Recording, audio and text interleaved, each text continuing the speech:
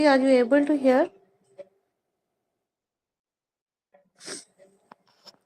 So, good evening.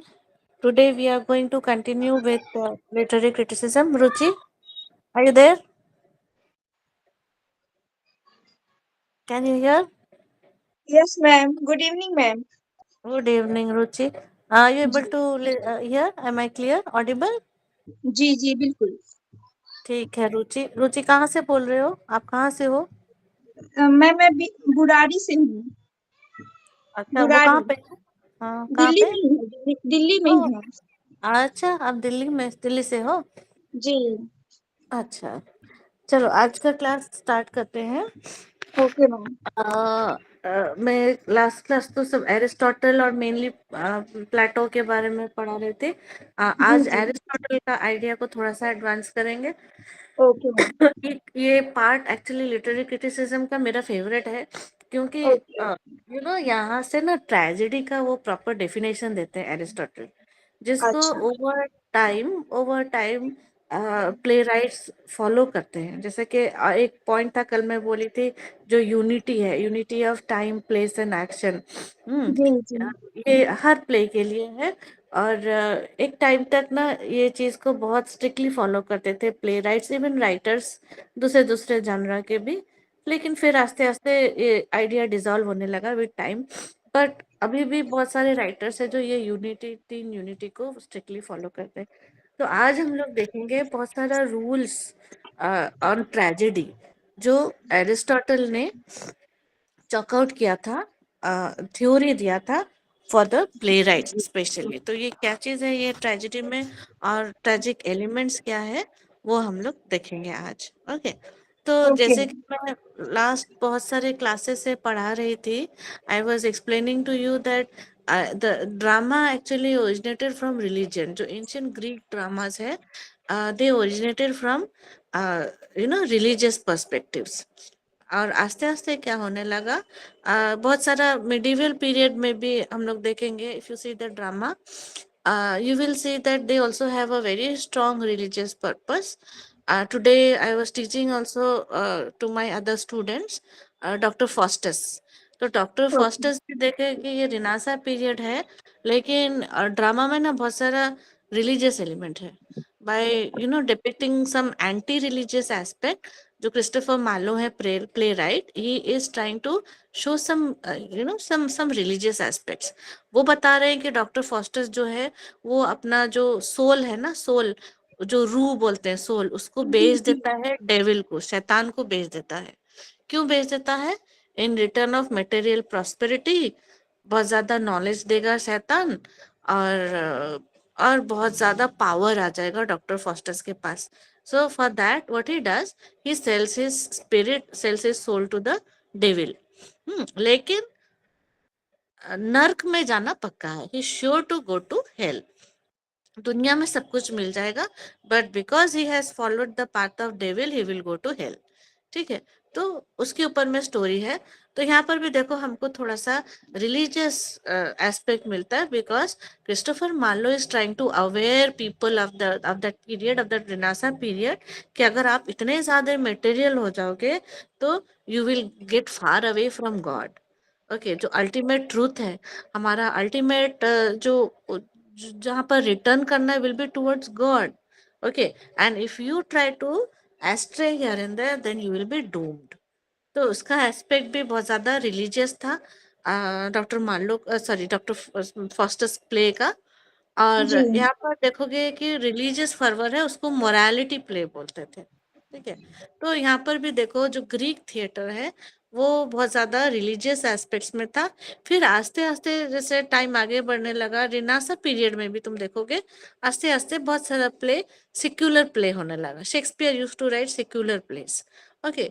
ऐसे ही आस्ते आस्ते बहुत सारे playwright they went into writing secular plays. From religious it became slowly slowly secular. तो जो ग्रीक थिएटर था ना, वो फेस्टिवल में जब जब जब सोसाइटी के सब लोग इकट्ठा होते थे ना, they use to perform this religious place. Okay. So this जो फेस्टिवल का टाइम था, it influenced a lot of theatrical performance. Technical presentation होता था and people use to watch.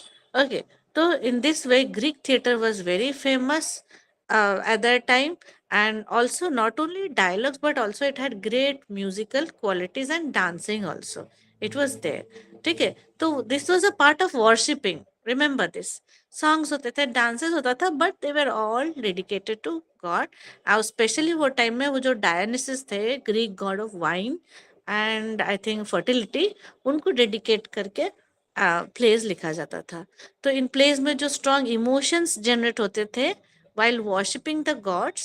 Okay, so these people they also provided a kind of aesthetics of emotional arousal. Emotional arousal भी होता था when you felt completely attached with God. Okay, तो एक kind of बहुत deep religious feeling भी आता था. Okay, and people got very emotional.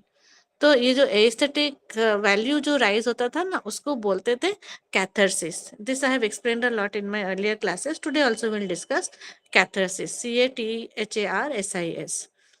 Okay, so तो जो ड्रामेटिक फेस्टिवल्स होता था, they were often sites of religious worshipping only. Okay, जो एरिस्टोटल का जो बुक है poetics.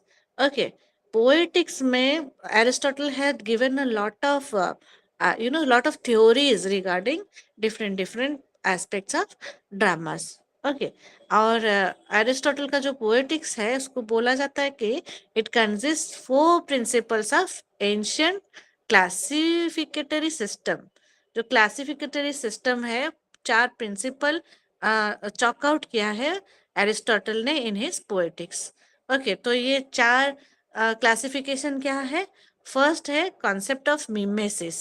As from day 1 only I am telling you mimesis mimesis. मतलब जो इमिटेट करने का, मिमिक्री करने का जो कैपेसिटी है ऑथर्स का from the natural world. First concept is of mimesis. Okay, and this is common to all kinds of fine arts. Second क्या है? Second, according classification, according to Aristotle, is the treatment of various genres of poetry. ठीक है, epic है, tragedy है, comedy है, हाँ, इनका को कैसे ट्रीट किया जाता है, that is classified by Aristotle in his poetics. Okay, third क्या है?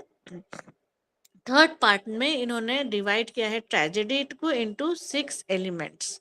ओके, थर्ड पार्ट जो है पोएटिक्स का, I repeat this for you once again for your clarity, but now just listen.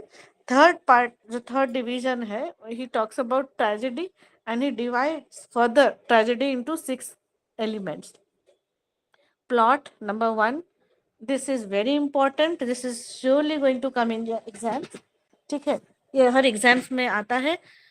तो 6, he talks about the 6 major elements of tragedy. First है plot, second है character, third is thought, fourth is language, fifth is music and sixth is spectacle. ठीक है, ये 6 aspect है. अच्छा, और जो 4 क्लासिफिकेशन था, उसका लास्ट क्लासिफिकेशन है that he used to give some kind of cryptic statement about catharsis. Okay, वो catharsis के बारे में आइडिया दिए हैं अपने पोएटिक्स में. ठीक है, according to Western critical tradition. Okay, and here he says that this catharsis is a kind of Western critical tradition which was considered as typically Aristotelian aesthetics. Now, I'm repeating this once again. He has divided his poetics into 4 parts. Firstly, he talks about mimesis. ठीक है, जो imitational quality होता है art का. Second, he talks about the different genres of poetry like epic, tragedy, comedy. Third जो division है उसमें वो वास्टली बात करते हैं 6 एलिमेंट्स का ट्रेजेडी. 6 एलिमेंट्स में फर्स्ट है प्लॉट, सेकेंड है कैरेक्टर, थर्ड है thought, fourth language, fifth music, sixth होता है स्पेक्टेकल. और जो चौथा क्लासिफिकेशन जो उन्होंने अपने बुक में किया है, that is about the knowledge of about the idea of catharsis, okay, which according to Aristotle is a typical Western critical tradition which is further known as Aristotelian aesthetics. Okay, so these are the important things that we are going to do it in elaborate today. First will discuss about the 6 elements of tragedy. ठीक है, जो 6 element जो अभी हम लोगों ने discuss किया, क्या क्या है? Plot, character, thought, language, music, spectacle. ठीक है, we are going to discuss this first, थोड़ा सा लंबे से. So these are the 6 elements of a tragedy. And if you see Aristotle's Poetics, the book, you will see that he is talking about these 6 elements of tragedy uh, quite separately. Okay, only for the sake of proper analysis. So on the stage, they form a unity. Stage में एक kind of unity होता है. Okay, so they इसको unity को properly divide करने के लिए Aristotle is very broadly discussing about these unities. So he talks about plot, character, thought. He says that plot hai, character and thought hai, they are very subjective. Okay, so uh, he says that this plot, character and thought, they are not as obvious as the visual. ये visual या auditory नहीं है. Plot, character और thought जो होता है, these are not very obviously visual नहीं है, कि auditory content of the theater नहीं है. ओके, ऑडिटरी जो होता है वो होता है डिक्शन, म्यूजिक और स्पेक्टेकल. ये तुम देख सकते हो, you can hear it. Okay, you can see it. But plot, character और जो थॉट है ना, this is little complex according to Aristotle. So you cannot imagine that any one of them is more important than the other. All these 6 elements are equally important. So when Aristotle calls myth, he says that myth is the soul of tragedy. Yesterday we have done this. So he says that myth is the soul of tragedy. He does not mean that other elements are less important. No. Okay, all the elements are equally important. So as the case with myth. तो myth भी है एक soul का myth जो है वो एक it is the soul of tragedy. Okay. So when it comes about performing something, okay, dramatization जो होता है, so here play has a very complicated structure. Okay, play complicated इसलिए है because it consists of speaking, gestures है, actions है, dancing है, singing है, okay, and whole lot of movement that goes around in the performing area.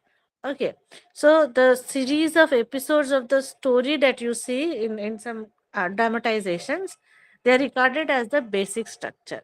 Okay, episode या story जो है ना, they are considered as the basic structure of a play upon which so many complex patterns are raised. Okay, now first we'll see plot and then character. Okay, according to Aristotle, what is plot and what is character? So in the ancient Greek period, they used to call it जो plot को बोलते थे Mythos और myth. Okay, it simply mean story. जो plot हम लोग बोलते हैं ना, उसको ग्रीक एंशियंट टर्म्स में माइथोस बोलते थे, MYTHOS, और मिथ बोलते थे.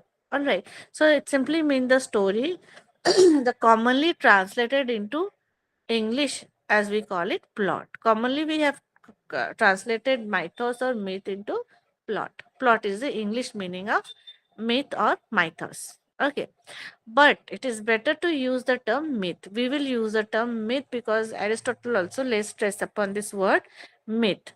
Okay, because we will not say plot, we'll say myth, because this was the original meaning given by Aristotle, and also it keeps away from giving us confusion of the modern plot. Modern plot nahi, जो ancient plot was myth. So we will keep it as myth because ancient plots had some typical characteristics.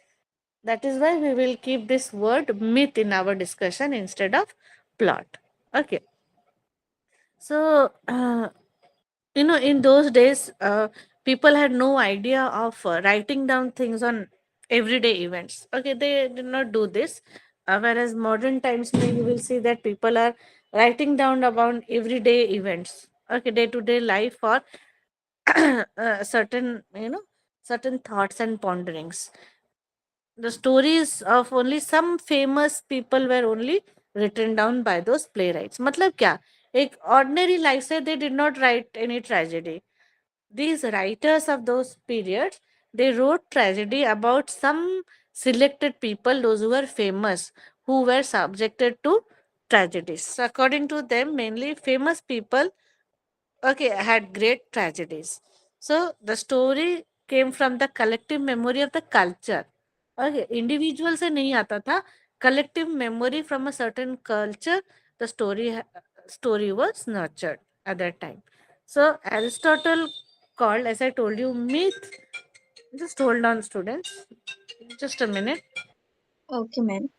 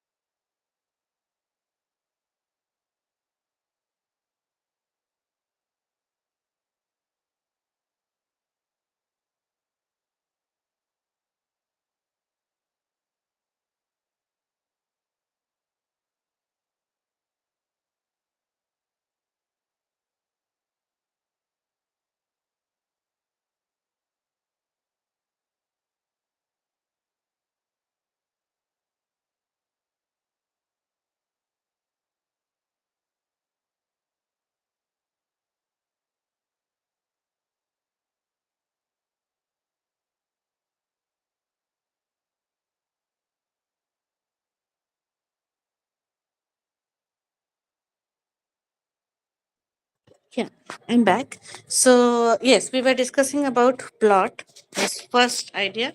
So, about plot only, he says, I told you, no, we will call it myth, we will not call plot, because plot word becomes a little modern and it might digress our idea of the exact plot of that time.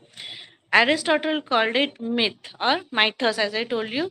So, about plot only, he says that plot is the soul of tragedy. Okay. He says myth is the soul of tragedy. So, to understand this, we must also keep in mind that there is a word called praxis, Praxis. Praxis means dramatic action.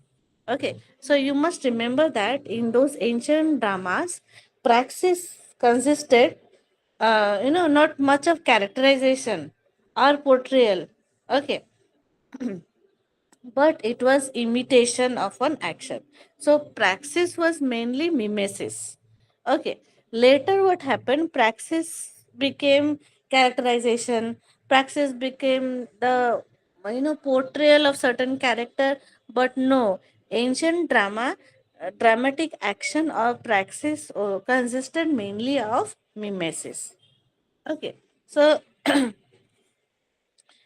this was the basic idea that happened in the plot, and in those ancient plays, the aim of the play was to show passage from earlier times of the protagonist, his or her life. Okay, so in poetics, uh, Aristotle says that tragedy is actually an imitation of action which is complete, okay, and whole. Tragedy में क्या होता है? There is an action, imitation of action, there is complete and which is whole. Okay, and this action is of certain magnitude जो affect करता है हम लोग को. Okay, spectators को affect करता है.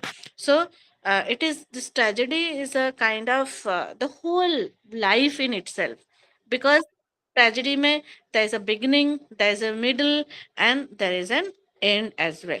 Okay.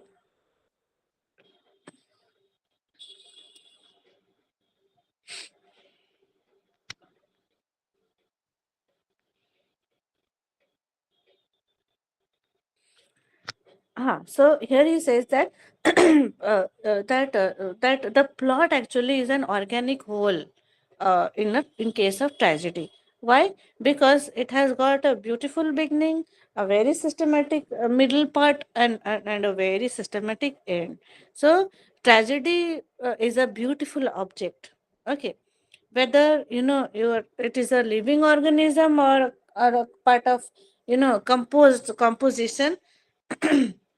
But it has, tragedy has got a certain effect. Okay, and that beauty, that dramatic beauty, it has got some kind of effect on people.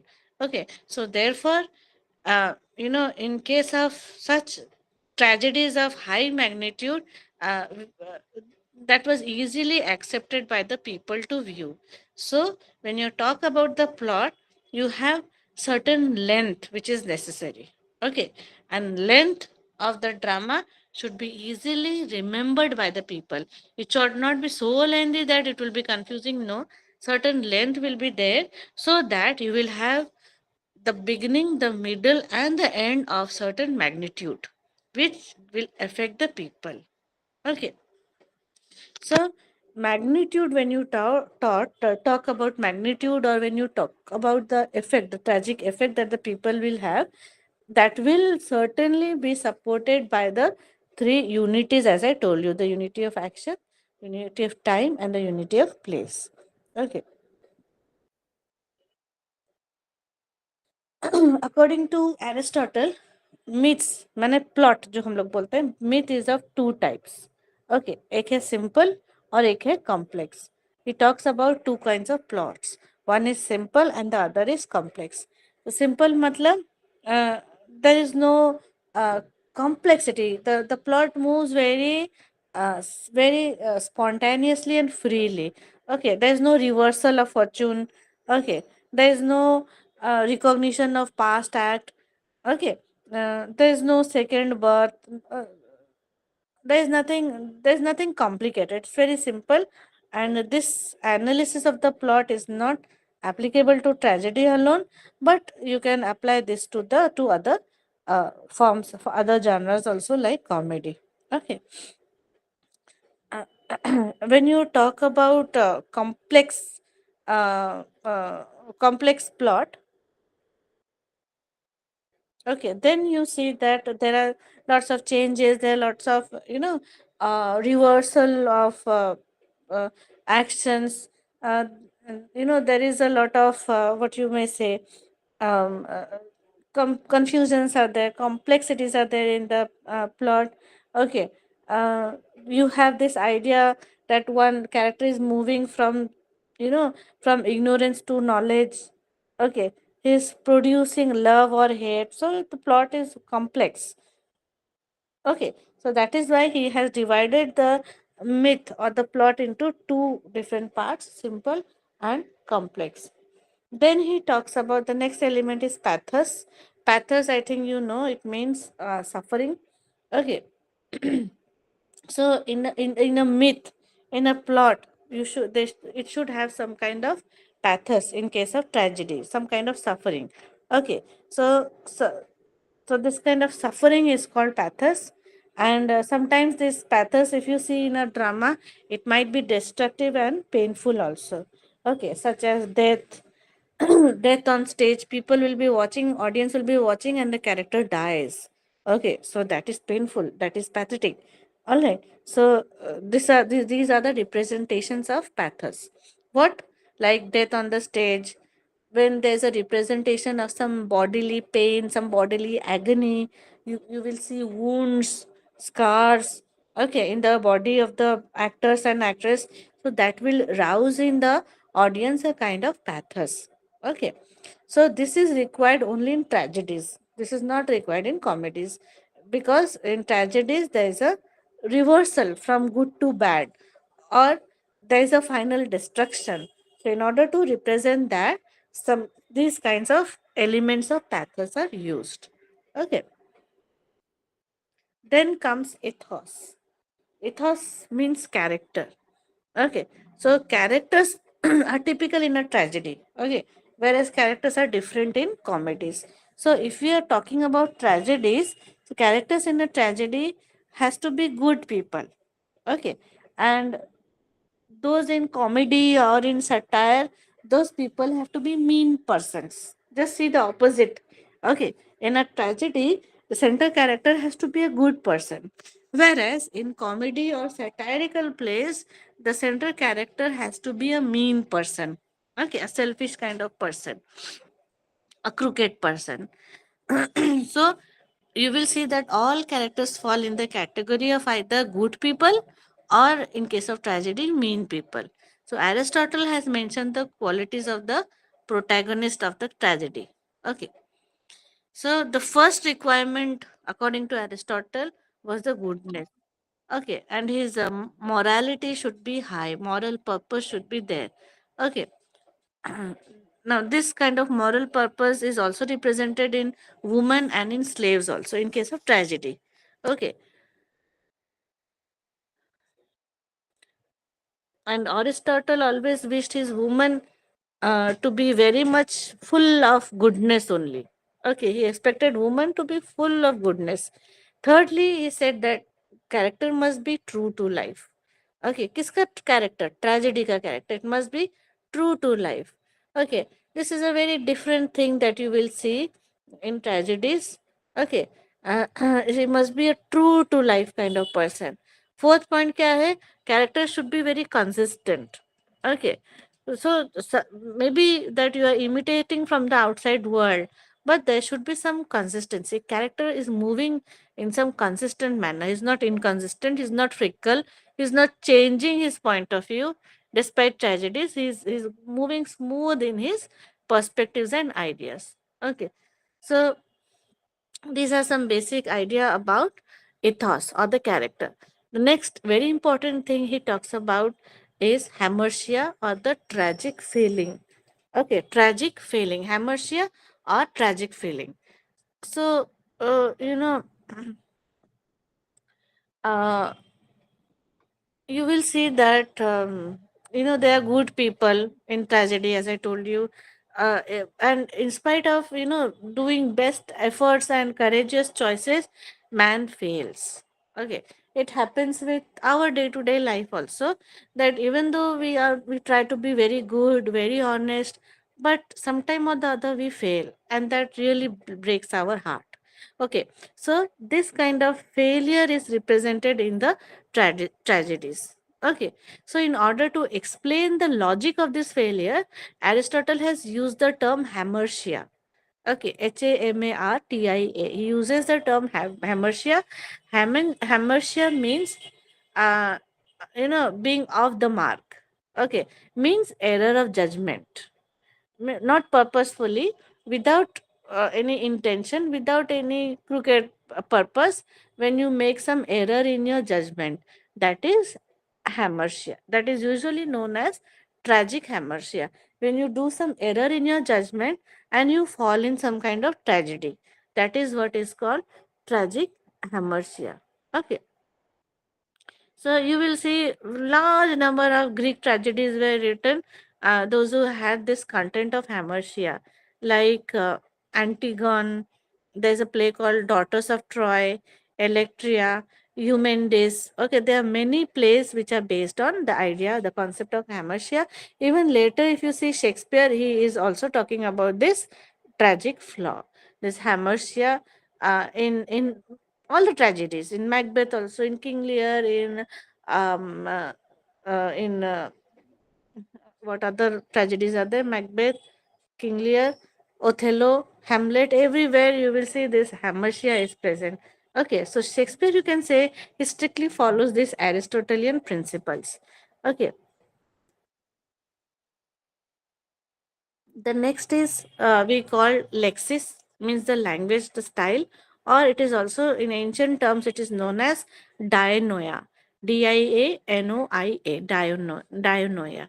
Okay, so dianoia, he says, according to Aristotle, dianoia is actually the faculty of saying what is possible. Okay, you have to say what is possible. Okay, what is clear in certain circumstance. You talk about what is possible. Okay, so it is the function of this political art. Okay, the art of the languages, the art of the rhetoric. Okay, the how you style your words. Okay, that will give a certain intensity in the tragedy. So that is actually is Dionia or Lexis.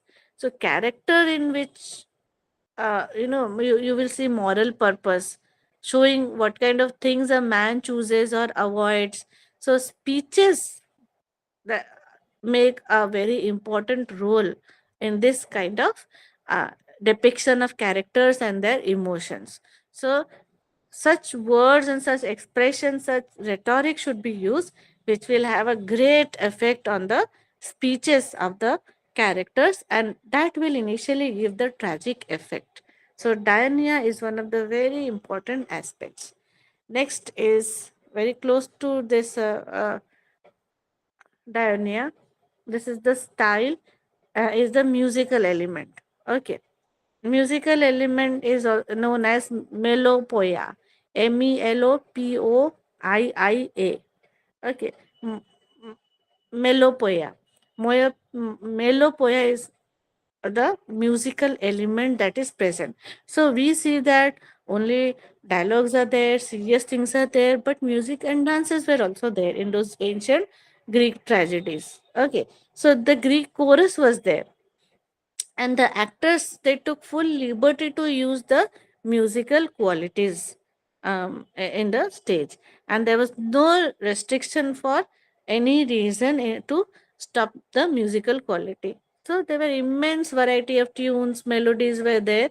Okay, and there was no restriction at all to use this musical quality. Okay, so for very subtle variations were there in the nature of the notes. Melodic music depended for creating it effects. Okay, so in order to increase the effect in certain dramas, these musical instruments, musical qualities were used. Okay, then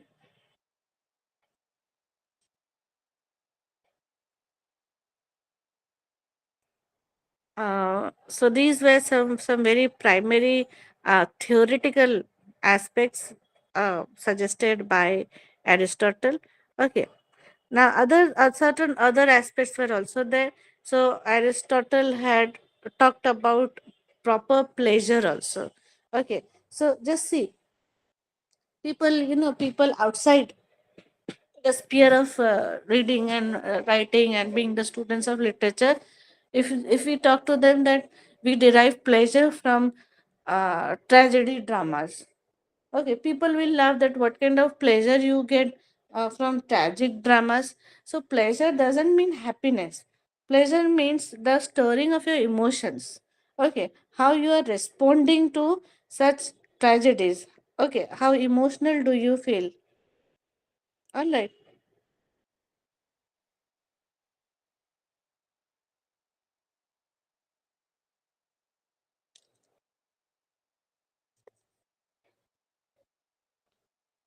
So this pleasure actually doesn't mean happiness or fun. No, pleasure means when you feel fulfilled. After you see a good tragedy, you sit there to you sit and analyze, you think, or you discuss among your family members that such and such thing happened, which is why the character had to face such tragedy. You sit and discuss, and you feel that though it was tragic, but that was fulfilling to watch. Okay, your emotions were stirred. So this is what is pleasure according to the we people of literature. Okay, so tragedy also Aristotle says that there is proper pleasure of tragedy. Okay,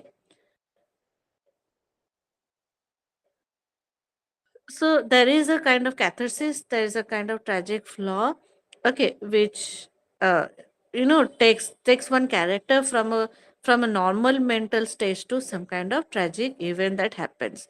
So catharsis in this case you have to accept, okay, as the end of tragedy. Hmm.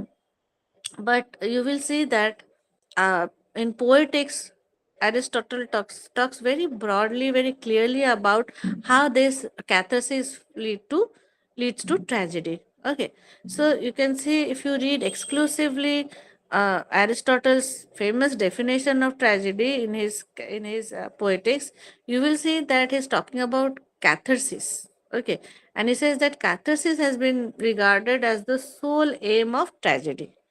Okay, and you will see that if you read that poetics, you will find that Aristotle, whatever he talks about the functions of tragedy, and what about he talks about the importance of catharsis, whatever he says. Okay, he actually hypothesizes saying that catharsis alone was not the purpose of tragedy. There were many other elements also. Okay, so according to Aristotle, besides catharsis, okay, he says that pleasure, which is proper only to tragedy. So there's a pleasure also which is very much appropriate for tragedy, and that kind of pleasure you will not find in comedy or any other literary form. Okay, so he says that proper pleasure that you get you that is derived only from tragedies. Okay,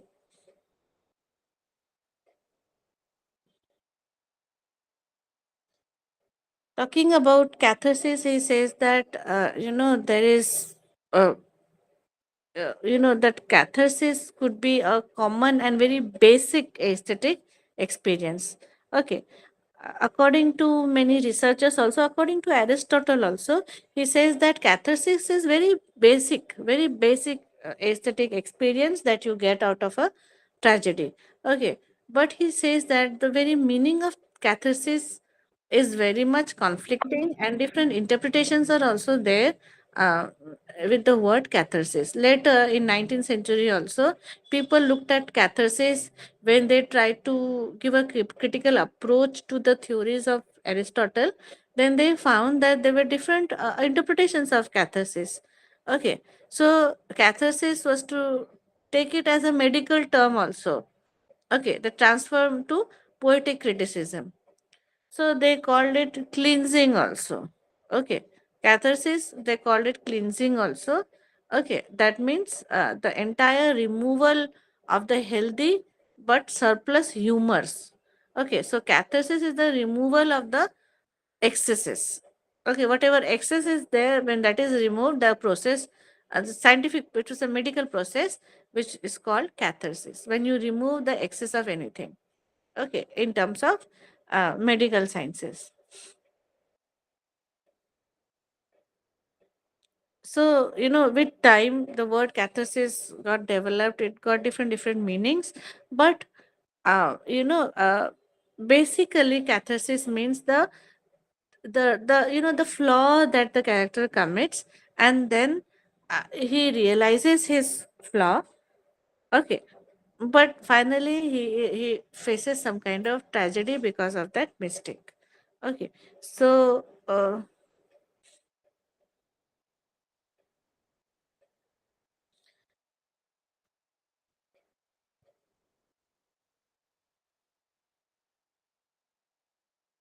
moving on, I'll move on. uh, mm,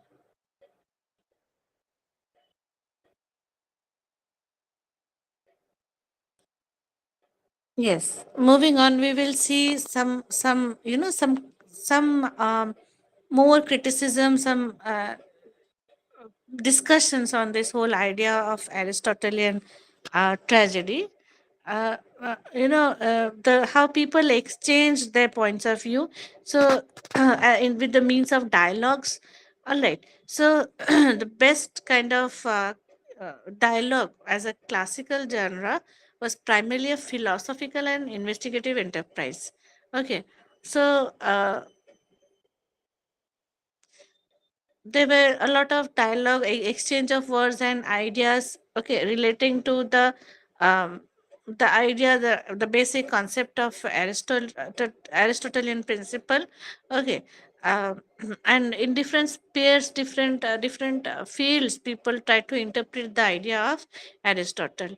Okay, so Aristotle's idea was further transformed into different forms of oratory and rhetoric aspects. Okay, in Greek society. So this idea was further exchanged, or dialogues were made in the courts, in political gatherings, and in theaters also. So if you see the dialogue, the exchange of the words that I'm saying, the dialogue is a very different kind of genre, okay, which you see in the works of many Greek writers like Herodotus and Thucydides. They're not so famous.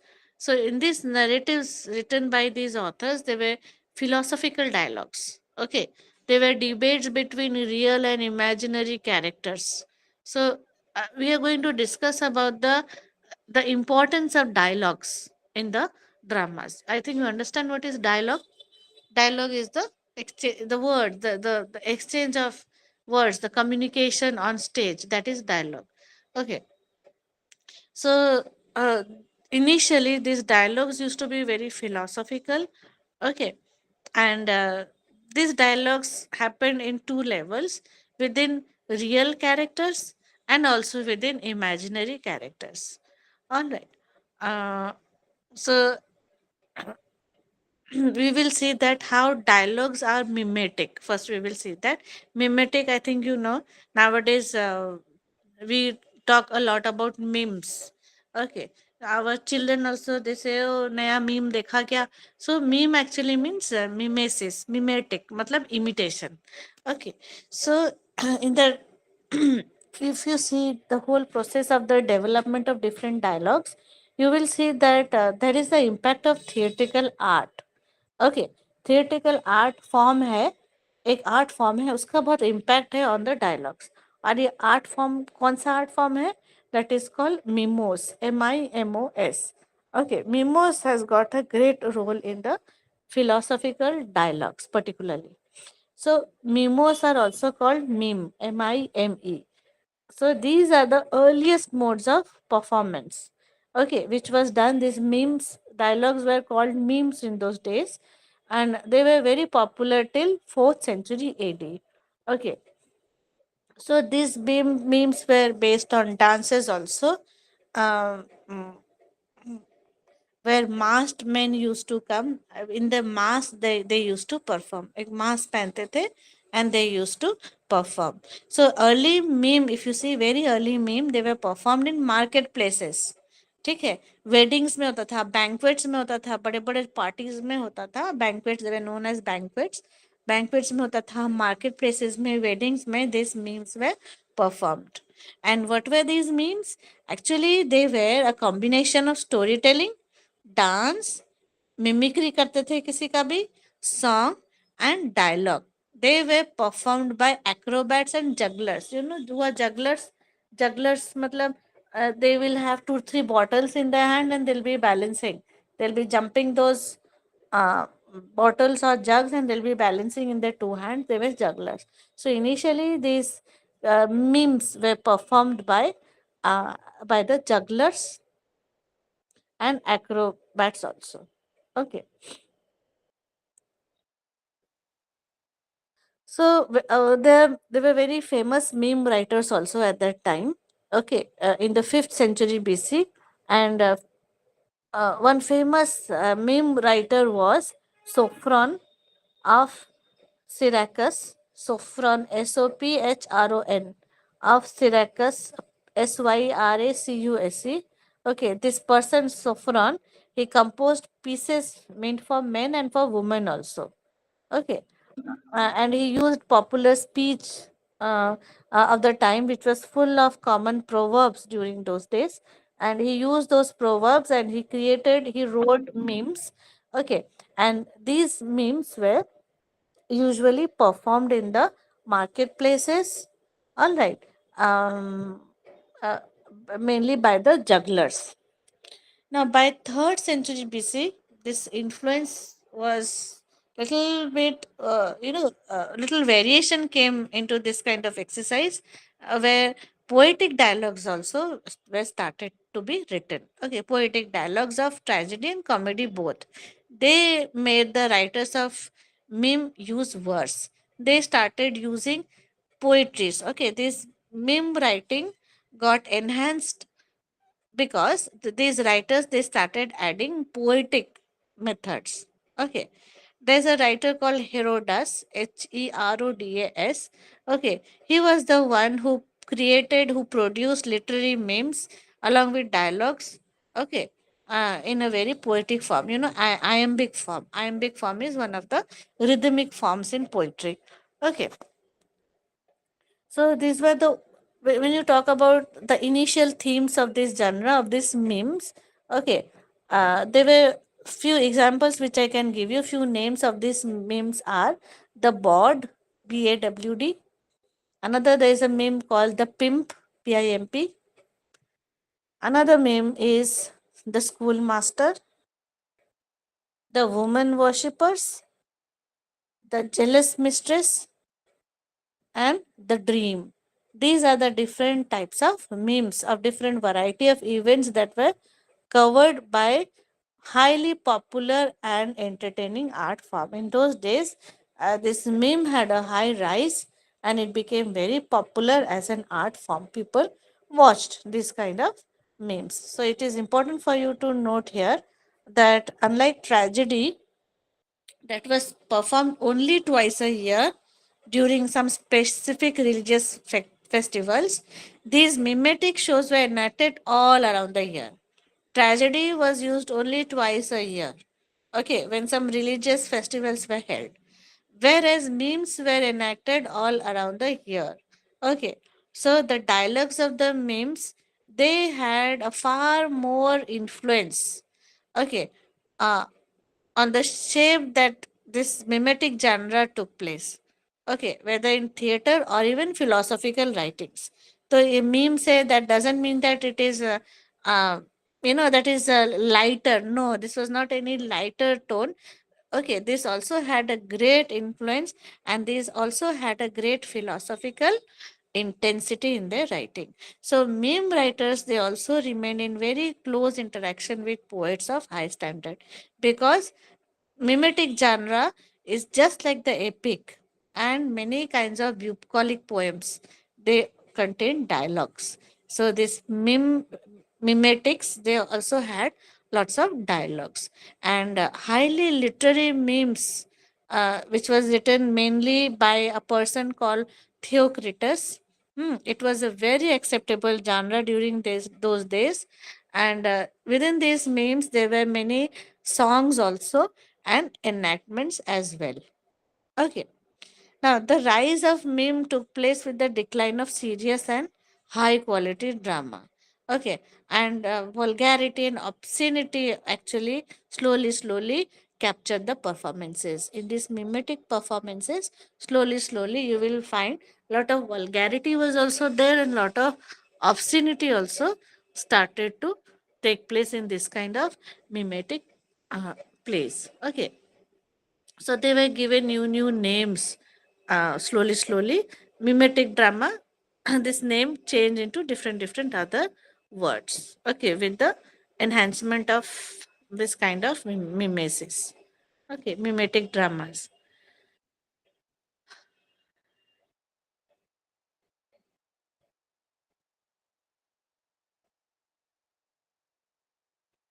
Now moving on,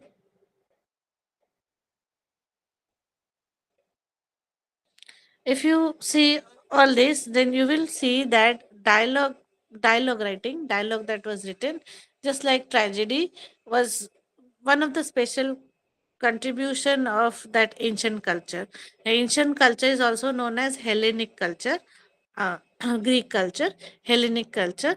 And if you see that this tragedy and the written dialogues had a great contribution, okay, to the world literature. People around the world, they got influenced by this ancient culture, and which was initially very plainly, very broadly charted down by Aristotle. Okay, so tragedy, if you see as a genre, it combines a certain investigation, okay, whether it is social, whether it is philosophical, whether it is imaginative, okay, but it had a certain intensity of investigation into the society. So tragedy reflects many established ideas of social dogmas. It stirred the ideas of certain intellectual plane. Okay, it started questioning many aspects of our society. So it seems that this art of conversation found various applications in Greek social life. And dialogue, when you see dialogue as a form, it was a kind of oral interchange of words. Okay, dialogues. These were produced orally in very significant places like courts, political gatherings, theaters. Okay, performing arts centers. So dialogue became a very important means of communication in those days. Proper dialogues were exchanged. Okay, and these dialogues were heavily influenced by the Aristotelian concept of art. So here, slowly, when it became mimesis, means imitational, that preserved the subject matter in a very artistic way. Okay, and it was very artistic way and very elegantly. These whole ideas are being handed down to generation after generation.